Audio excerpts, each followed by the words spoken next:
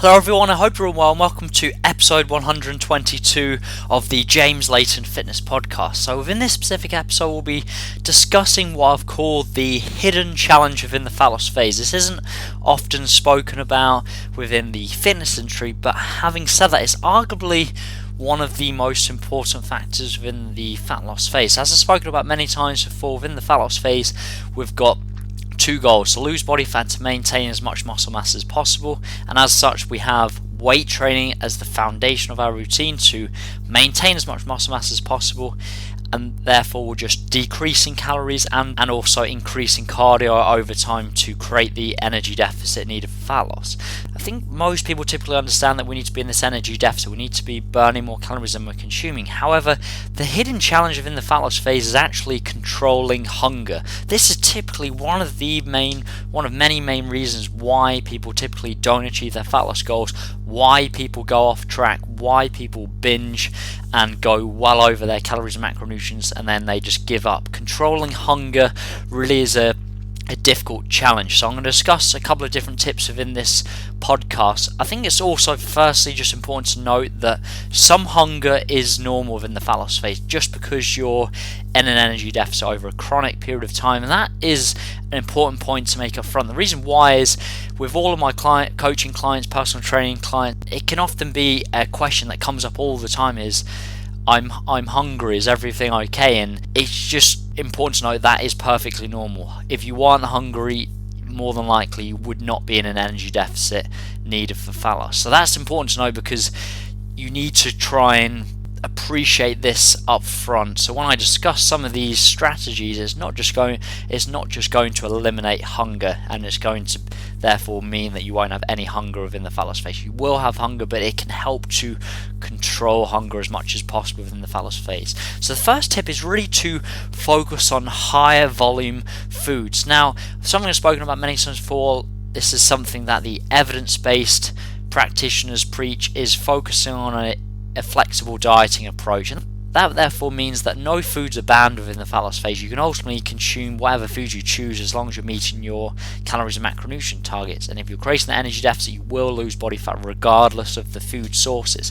However, it doesn't actually mean it's a good idea to just focus on sugar to get all of your carbohydrates. You'd still lose body fat if you're in the energy deficit by doing so, but it wouldn't necessarily be a good thing in terms of meeting micronutrient targets and also keeping you satiated and fuller for longer, and also keeping you full of energy. If you were just doing that, you'd be extremely tired, very hungry, very lethargic. So focusing on high volume foods, and a great example of this is fibrous vegetables. Typically these, you can eat a lot of them but without making a significant dent to your calorie targets, and that therefore means that it almost plays a little bit of a psychological trick because you can really pile up your plate with a lot of vegetables. It feels like you're eating more than you actually are, and that's tip number one. The second thing is to focus on higher fiber foods. Fibrous vegetables, again, good example. Foods that typically keep you fuller for longer. Fruit is another good example.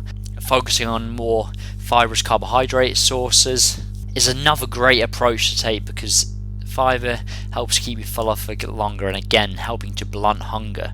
Finally, similar to what I've just mentioned, focusing typically on single ingredient whole foods for the majority of our nutrition intake. Don't get me wrong, you can still have some processed food in moderation as long as you're still within those calorie totals, but when we're trying to negate hunger as much as possible, typically these foods that are just whole food, minimally refined, typically these foods will keep you fuller for longer, and they typically have a higher volume of food compared to more processed options. So once again, you can still have a small amount of processed food in moderation as long as you're within your daily targets, but don't overdo it because we're trying to control hunger as much as possible within the fat loss phase.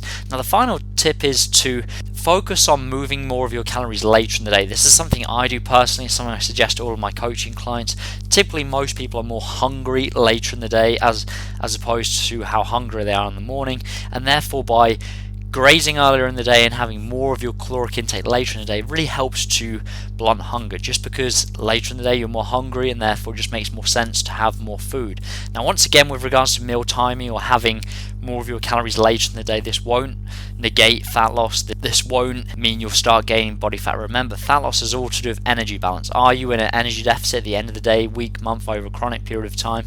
Are you at maintenance, or are you in an energy surplus? As long as you're still within your daily calorie and macronutrient targets, you can still have these calories later in the day, and I would certainly recommend that, just because, like I mentioned, most people are typically more hungry later in the day as opposed to how hungry they are in the morning, and it's a great strategy. It really does work brilliantly. Again, another big reason is psychological as well. When you see all of these calories late in the day, it almost tricks you into thinking you're eating more than you actually are. But as long as you're still within your calorie and macronutrient guidelines, you can still do that and be within that energy deficit at the end of the day and still achieve fat loss. So hopefully those tips have been helpful. Again, this is something that isn't really often spoken about. We're always talking about creating the energy deficit, focusing on decreasing calories, increasing cardio to bust through fat loss plateaus, etc. But another big challenge is controlling hunger, and this is arguably what people struggle with the most. Typically, this is why people go off the plan, because they're extremely hungry. So focusing on these tactics